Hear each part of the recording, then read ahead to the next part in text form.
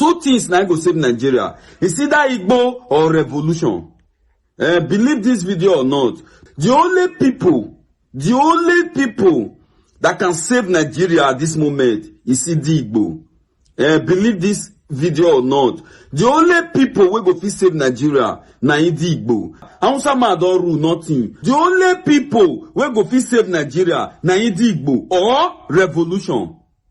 That's just the truth. Like I said before, for those of you that are saying Peter Obi will not be president, Igbo will never be president, the only problem is that you will not be alive to witness it. Igbo man, na him be our next president. Right now, Peter Obi has cut into Kano, Katsina, Yobe, Gombe, Adamawa, Benue. Tell them that was in the holding days.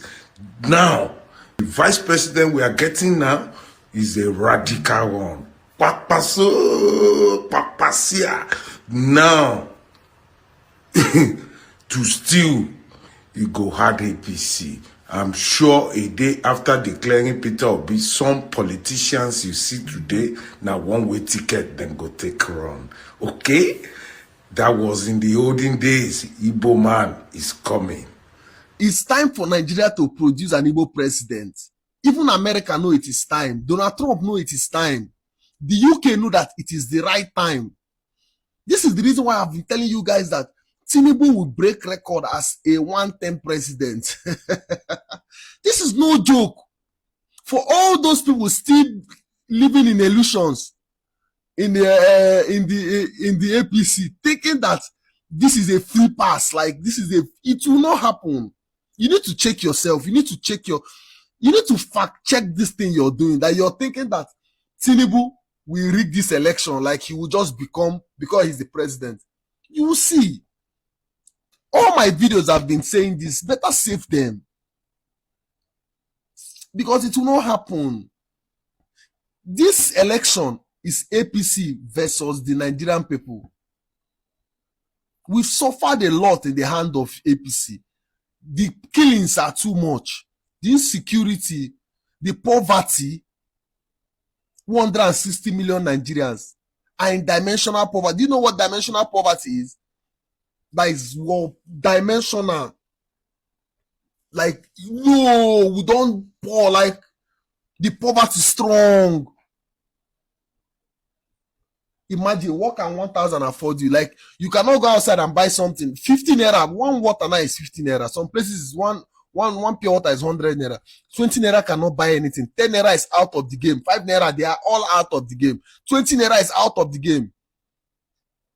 You can't feed with 500 naira. So you think that Tinubu will be the president come 2027? You're sleeping. You're just delusional. Like, you're just thinking because he's the president, you think he will be. You will cry. All of you will cry. You will see. 2027, Igbo president now or never in Nigeria. Yes, I have my reason for saying so. One Nigeria was a word formed by late Nnamdi Azikiwe. But before this word was formed, Ahmadu Bello, late Sir Ahmadu Bello, did not accept one Nigeria from the north. Late Awolowo, the Yoruba from the west, do not accept one Nigeria. Only Nnamdi Azikiwe then accepted one Nigeria. He was the one that championed the fight for one Nigeria. But today, President Nigeria, President world, if you should ask a northerner, he will proudly say one Nigeria. If you should ask an Yoruba, he will proudly say one Nigeria. If you ask an Igbo, some of them will say one Nigeria, not all. They have their reasons, so you don't blame them. In the sense, Igbos have been marginalized enough. From the year 1960, Nigeria gained her independence through the struggle of late Nnamdi Azikiwe. Now, Igbos have not ruled Nigeria. I can attest that Ayonse Ironsi ruled.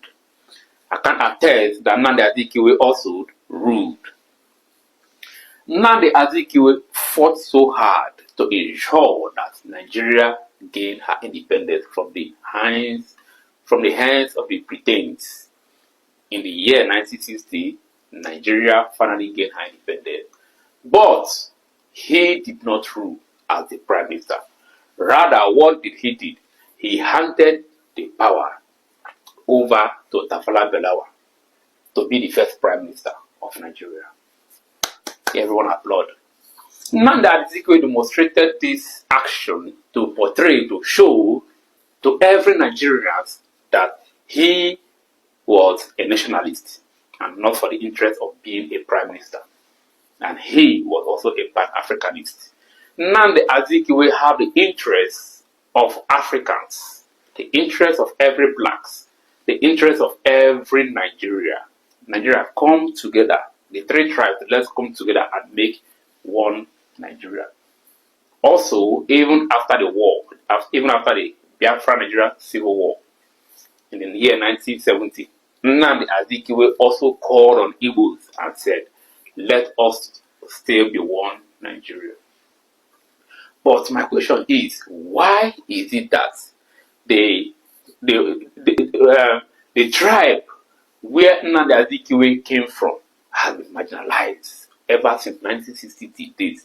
That power don't want to shift, to move to that same tribe where Nnamdi Azikiwe came from, the man who fought for the independence. By reality, by truth, Nigeria is supposed to belong to the Igbos, to the Easterners. Igbos should have been the owners of Nigeria because, in the reason of that, the man who fought for the independence came from the East. He's an Easterner, an Igbo man. Let me take you back. Other countries, other African countries, before they gained their independence, a man stood to fight for their independences. And those men became the first prime minister of Nigeria. For example, you talk about Ghana. Ghana gained her independence in the year 1958 by the man who fought so hard to make it a reality, named Kwame Nkrumah. After Ghana gained her independence, Kwame Nkrumah became the first Ghana prime minister. What about in South Africa? Nelson Mandela. Same also happened. What about in Guinea? I've forgotten his name. Same, but the first prime minister of Guinea was the man who fought for Guinea independence. What about Emperor Celeste I? He who fought for Ethiopia and became the leader of Ethiopia. What about in Ghana? In India, Gandhi Hill fought for the independence of India and he became the first leader of India. What about in Kenya? The great Kenyatta. He fought greatly for the independence of Kenya and he was the first prime minister. But in my country, in our country, Nigeria, a man from the east named late Sir Nnamdi Azikiwe fought so hard for the independence of Nigeria, but he was not the first prime minister of Nigeria. So it's the Igbo greed and love of money that ruined Nigeria. Let's break that down, because some of you really need to hear this. Was it the Igbo greed that made Abacha loot over $5 billion? Was it the Igbo love of money that made him loot the country dry? What was his state of origin again? Was he even remotely Igbo? Was it Igbo greed and love of money that controlled Nigeria's oil and gas for decades? Name one Igbo man that has headed the NNPC or the Petroleum Ministry in the last 40 years. I'm waiting. Was it Igbo greed that allegedly rigged the 2023 elections? Because many still say the process was compromised. And last I checked, INEC isn't run by an Igbo man. Somehow the Igbo don't hold power. But when Nigeria fails, the Igbo gets the blame. You see, this is not about greed. This is about the fear of a tribe that thrives without permission. And what you can't dominate, you call evil. Too bad. It is not the turn of the Igbos to produce the president. This wicked, hilarious statement was made by Dave Umahi, the current works minister, who was the former Ebonyi state governor. He said we should tell P2B it's not the turn of the Igbos to produce the president of Nigeria. I don't know, this psychophancy is getting out of hand. This wickedness of some politicians of Igbo extraction against their people is really getting out of hand. He made this statement while inspecting some part of the Port Harcourt Enugu road that was being constructed, the Aba axis or thereabout. That was where he made this statement that we should tell P2B that they are even going to tell P2B it's not yet the time of Igbos to produce president. It's not our turn. But the person he's serving under his administration is a Yoruba man. They have been in the presidency corridors of power, both president and the vice president, for 20 years now. Once he completes his tenure now, it's 20 years. Obasanjo ruled for 8 years. Yemi Osibanjo ruled as a vice president for 8 years. Tinubu now, he will soon complete his 4 years, the first tenure, which is 4 years, making it 20 years. This tribe, he is championing their campaign now. 20 years in power. If he completes the second tenure, it's going to be 24 years. But since 1999, the Igbo, both president and vice president, the Igbo ethnic nationality has not neared the corridors of power, but he still says it's not yet their turn. The Hausa Fulani, this ethnic nationality, they have ruled for, Yaradua ruled for 4 years or 3 years or thereabout. President Buhari ruled for 8 years. Shetima, Atiku ruled as a vice president for 8 years. Shetima now is completing 4 years tenure. But he is saying that the Igbos that since 1999 up to this day that have not near the corridors of power is not yet their turn. Now he want that P2Bs should not endanger Southeast with his presidential ambition. So Dave Umahi is saying that for the fact that P2B is trying to contest for president, which is his fundamental human right, he is going to endanger Southeast. He's going to endanger Igbo people. How? Oga, you have to explain to us, how is that going to endanger us? Are you people planning some funny things? Are you people trying to kill us again? He said Tinubu has ended marginalization of Igbos or Southeast by appointing him Works Minister. By appointing him the Minister of Works. So it's all about himself. He ended marginalization of an entire ethnic nationality by appointing him Works Minister, so that he's now well with him and his family. That is why he's saying, and he now said that it's time, 2027 general election, is a time for Igbos to reciprocate the kind gestures that President Tinubu has done for the Igbo people. Now, the kind gesture, it means that the kind gesture is because he made you Works Minister. So because he made you Works Minister, he appointed you and you are benefiting you and your family, the Igbo ethnic nationality are going to reciprocate this thing. What is all these things now? Can't you promote your candidate without throwing an entire ethnic nationality under the bus? Can't you do that? Dave Umahi, see what marginalization is. Marginalization is Southeast having 5 states, while other regions are having 6 states. Marginalization is economic exclusion, infrastructural exclusion, security disenfranchisement. That is what marginalization is. It's not appointing you Works Minister. It has not even benefited us. What you people are even doing is you are reconstructing, repairing road that has already been. It's only 2 said that you are doing down here. So it has nothing to do with ending marginalization. You are telling an entire ethnic nationality that it's not their turn since 1999. But the person you are campaigning for, his own ethnic nationality, been in the corridors of power for close to 20 years now. This is unbelievable. How what is all these things now? You people have been selling your people, dehumanizing your people, throwing your people under the bus because of political peanuts, because you are the works minister.